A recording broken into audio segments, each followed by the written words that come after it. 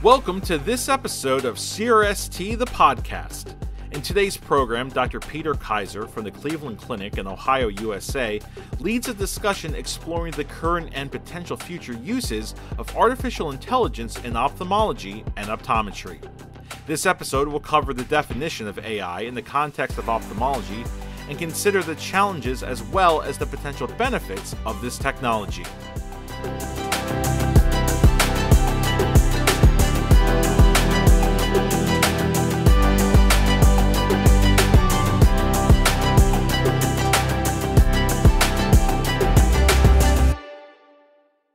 Welcome to this Cataract and Refractive Surgery Today podcast entitled, How Will Artificial Intelligence Affect the Practice of Ophthalmology?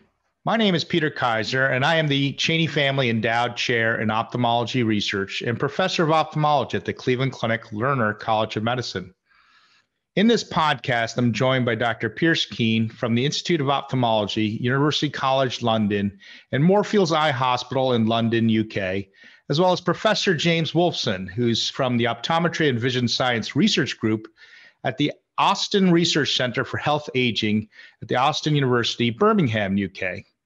And today we'll be discussing the use of AI technology in clinical practice and how the management of patients may change as a result of its incorporation. We'll be talking today about the whole eye in general, including applications of AI to both the retina and anterior segment.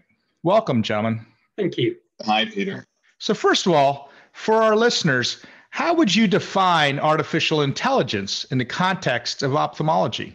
I think the term artificial intelligence gets used very widely now for anything where a computer is involved.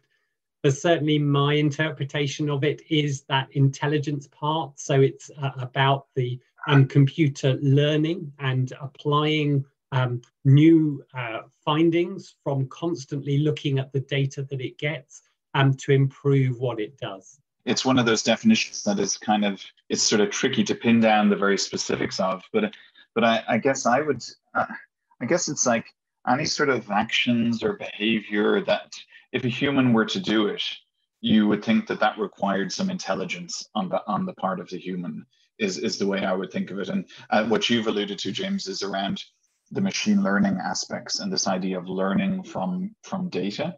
And maybe, Peter, if I may, one other thing just to highlight is that a lot of the recent excitement around AI, certainly in the last 5 to 10 years, is about a subset of machine learning, which is called deep learning.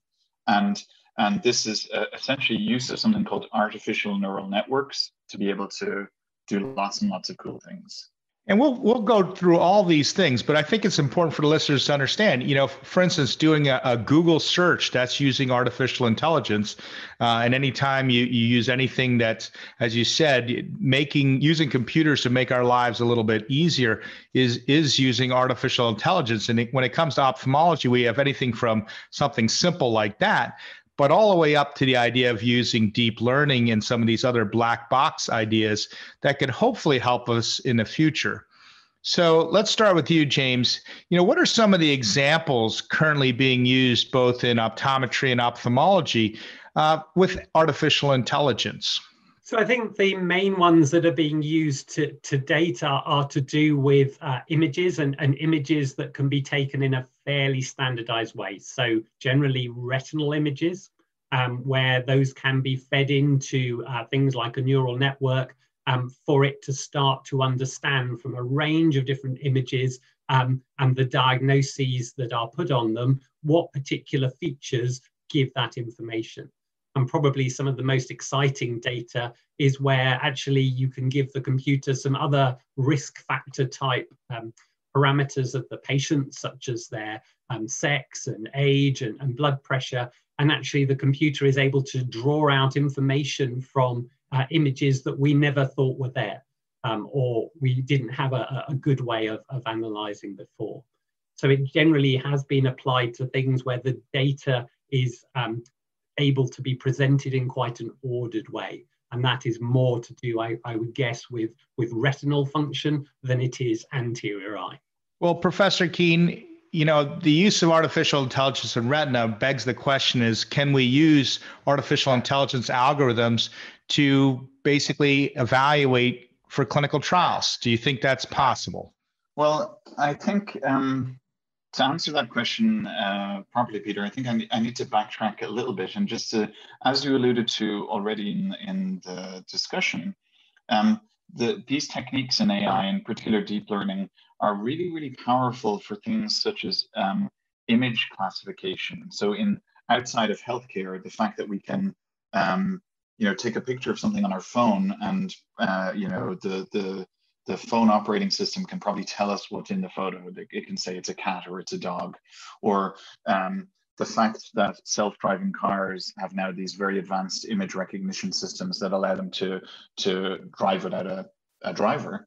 And so really it doesn't take a genius then to go from that concept to ophthalmology, as James has been saying, and to essentially present images to a neural network. And in the same way that you might have an AI system that tells the difference between cats and dogs, you might have an AI system that tells the difference between diabetic retinopathy, referable diabetic retinopathy, and non-referable diabetic retinopathy. Now, what I'm getting around to in a very kind of roundabout, maybe slightly meandering way, is that you can do that for OCT scans, and you can do that at a pixel level for OCT scans. So in other words, what the work that you referenced with Retina AI and Novartis is doing is training a deep learning neural network to be able to look at any given pixel on an OCT scan and say what type of disease feature it is. So for example, it can look at an OCT scan and delineate all of the intraretinal fluid, or delineate all of the subretinal fluid, or any other anatomic parameter that is of interest. And then we can use that in a clinical trial to give more objective and quantitative measures.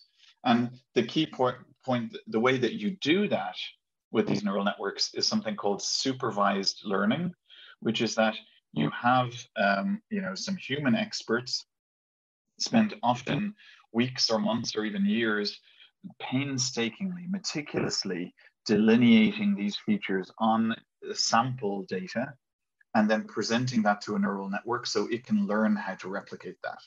Well, and I think you bring up a very important point, Pearce, because a neural network is only as good as what you feed it. And I know your group with Adnan and Vas Sada have done a lot of work with macular degeneration. In general, how much training does a algorithm require where we as ophthalmologists can say, okay, we trust this algorithm. It's been trained properly. It's got the right education, so to speak. Well, that is $1 million question. In my experience, when you talk to AI experts, computer scientists and engineers, you will never get a straight answer. And the answer on the exact numbers, what the answer will always be is the more data, the better. And a key thing that is a little bit different for us as clinicians is that we're not talking about 100 patients. Maybe sometimes we're not talking about 1,000 patients. We're talking about tens or even hundreds of thousands of patients worth of data. And the secret of deep learning is that if you have millions of scans, it will perform very, very well if it's shown data that's similar to what it's been trained on. And that's a really, really key point. So even if it's been trained on 10 million scans, if you show it a scan from a population that's completely different from what it's been trained on, it will probably flunk that test. Yeah, and this is no different really to clinical trials. We talk about randomized controlled trials being the sort of gold standard, but of course they've got a particular population they were done on. They had certain inclusion and exclusion criteria that made the group very clean and probably very different to your general population. And therefore, really, the results are applicable really to that group. And then we try to generalize more. And perhaps we're more critical when it comes to AI, that we feel that it should be able to do every type of race and class, etc., for it to be valid. But we trust clinical trials where exactly the same sort of criteria are true. But yeah, I'd absolutely agree with Dr. Keane, that the algorithms are only going to be as good as the population that they were tested on. And as he said, we probably have much larger populations to learn from because there is so much physiological variability. You guys have brought up some important concerns about using artificial intelligence. And one of the ones that many people don't realize is what Pearce just brought up. So let's just say you train an algorithm using, say, one company's OCT device. If you now give them another company's OCT device output, it may not be able to actually analyze it.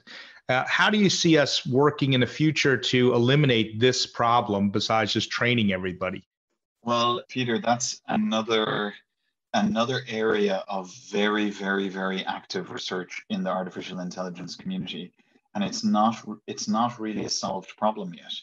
So the fact is, I mean, you've said it may not work, but actually, I would even be a little bit stronger and say if you've trained it on OCT images from one vendor and you use it in another vendor, it probably won't work. Or at least some tweaking of the algorithm is going to be required for the other vendor, even if to a human expert, the scans look pretty similar. Now, there are ways that we, researchers have begun to address that. And if I can mention some of my own work, where Moorfields Eye Hospital, where I'm a consultant, was working with the artificial intelligence company DeepMind. We reported in Nature Medicine in 2018 an artificial intelligence system that actually attempted to address that issue.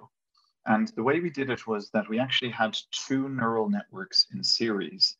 So we had a segmentation network, which would feed into a classification network. So what I mean by that is the segmentation network would be used to kind of delineate any of the pathology on the OCT volume, like intraretinal fluid or subretinal fluid or other things like that. And then that segmentation is then fed into a classification network, which would be used to make a diagnosis or a triage decision and some sort of output like that. Now, we did that for a number of reasons. One of the reasons was because we thought all of that quantitative data would be super useful. But actually, another reason was because we wanted it could mean that our system could easily transfer between different imaging vendors. And so actually what we showed in that paper is that we had trained it mainly on Topcon OCTs.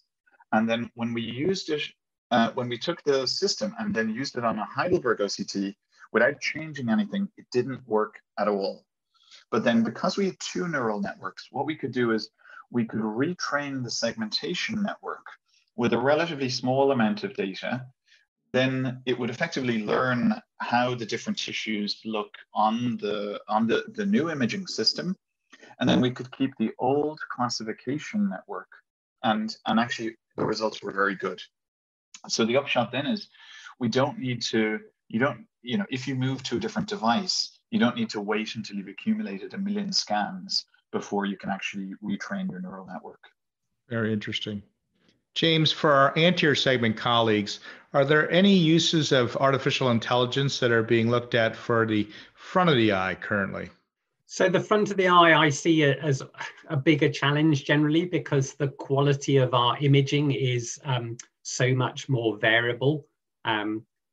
Take slit lamp imaging, for example. It varies enormously on the illumination you can put on the eye, the angles. So there is a real challenge around that. And people have also tried to take sort of basic, history and symptom data, for example, from clinical data sets. But unfortunately, we've never been that good at standardizing what we do. Sometimes when people don't see something, they report it. Sometimes because they haven't seen it, they don't report it. The computers can't cope with that kind of variability. And also just our ability to type a medication without a spelling difference, for example, can really affect a system's ability to crunch that data. Are you saying the spelling is worse for anterior segment specialists than posterior segment specialists, James? No, but combined with the lack of standardized imaging, then there's very little data to go on. And I think that's sort of the big challenge with anterior eye. So certainly people are very interested. For example, lumps and bumps on the adnexia? Are there better ways of understanding those, and whether they are cancerous, for example, or not? But there are huge challenges to doing that in a standardized way. So I guess a lot of the work is at an earlier stage than retinal, just trying to get instrumentation that takes a bit more of a standardized image, with the caveats that we've already talked about, that one imaging system is going to be different to another. So we've talked a little bit about some of the concerns and difficulties with artificial intelligence. Let's flip the script and now look at some of the potential advantages and benefits as ophthalmologists that artificial intelligence could bring us. Let's start first with Pearce in the back of the eye, and then we'll do James for the front. Thanks, Peter. I think you could imagine imagine breaking it into a number of different categories. So you could think in terms of, if we're focusing mainly on retinal imaging, we could say, well, can we use it in screening? And certainly the first two FDA-approved autonomous AI systems are for diabetic retinopathy screening. And so, of course, that is something that could be very helpful for ophthalmologists and optometrists and indeed patients with diabetes. So you've got a clear screening use case. The work that I've been involved with has been more around a triage use case or a prioritization use case. And so this is the idea that, if we have patients with sudden onset visual symptoms, that they go to their community optometrist here in the UK, or they go to an emergency department, they have an OCT scan done, and the AI system can immediately just run on the macular OCT and say, look, this person has very likely got wet AMD. They need to see a retina specialist within days, something like that. So I think that's the screening, that's the triage. I think one of the other big methods, which we've already touched on a little bit, is around better monitoring of disease, of retinal disease, particularly in patients undergoing anti-VEGF therapies. And so, as we've talked about, AI with OCT has the potential to allow much better automated, objective, quantitative measurement of things like intraretinal fluid, subretinal fluid. And the hope for that is that we can somehow further optimize the treatment of our patients when giving them these injections. Yeah, I would agree with that. And the other area, for instance, that there's FDA-approved diabetic retinopathy grading artificial intelligence software programs that, hopefully we can use these to have maybe endocrinologists or internists take color photographs that they can then have automatically graded to have these patients seek ophthalmic care sooner, because we have a diabetic epidemic going on. And so being able to get as many patients as possible in for treatment really takes a lot of the burden off us ophthalmologists. James, what about the anterior segment colleagues? How do you think they're going to be using artificial intelligence in the future? So one of the first areas that people are looking at are those areas that we can take more standardized images. So these are things like meibomian gland imaging, where there is rich data from images. Lumps and bumps in the course of the anterior eye is another one with potentially serious complications. In terms of the really serious complications for eyes, things like microbial keratitis and endophthalmitis, those are quite challenging because, again, it's about the quality and the exact form of those images. Again, another easy target is things like conjunctival hyperemia and palpebral hyperemia, what we can learn from that in terms of toxicity reactions and allergy. And of course, one of the main benefits from things like artificial intelligence, we're training it against experts. So where it really comes into the fore is for new practitioners to help and guide them. And likewise, to inform our patients of things like likelihoods. It's that prediction for the future, who's going to have that contact lens complication, because we can image their eye beforehand and the algorithm can have a look at that against known cases where they've gone on to develop complications, so practitioners can better advise patients about the possible signs, but also potentially optimize their management choices for refractive correction to minimize those risks. Can I jump in there as well, James? Because I really love the idea that you said there about the education element, I think that could turn out to be one of the single most powerful use cases for AI in ophthalmology, because I kind of think of the analogy of like chess computers, and the idea now that if you're learning to play chess, you train with the chess computer, and the fact that has led to there to be a much wider geographical distribution of chess playing talent, and people are becoming grandmasters at a much younger age than before. So I imagine a world in the future where if you have a resident in ophthalmology or someone training in optometry, they essentially have large data sets of retinal OCT scans. They might have thousands of scans. They have an AI system that allows them that gives a real-time feedback when they make when they train on these data sets, and they have some sort of teaching algorithm that somehow optimizes the way the data is presented to them when they're training.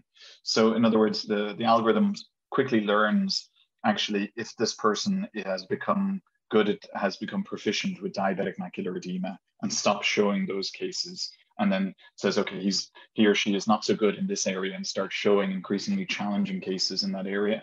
And I kind of feel that, like, if it took me 10 years to become as good as I am at looking at interpreting OCTs, I kind of feel that could be done in 10 months if you had a smart resident and the right data sets and the right computer programs to train that resident.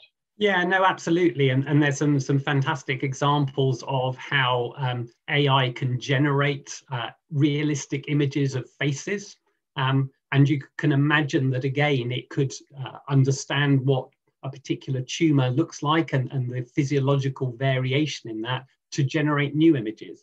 And again, that's fantastic for education. This is not something that someone can look up on a computer because it doesn't exist, but actually it is a realistic perception of what that tumor might look like for people then to practice their diagnostic skills on.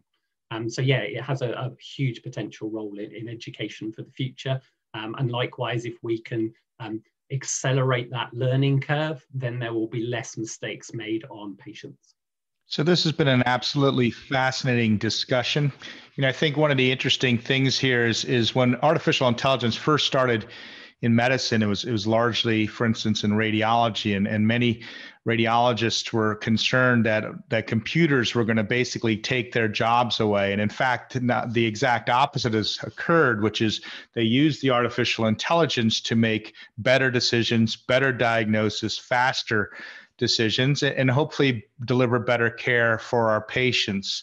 Unfortunately, that's all the time we have for this discussion. I would really like to thank Dr. Keane and Professor Wolffsohn for an incredibly interesting discussion, and I wish everyone well.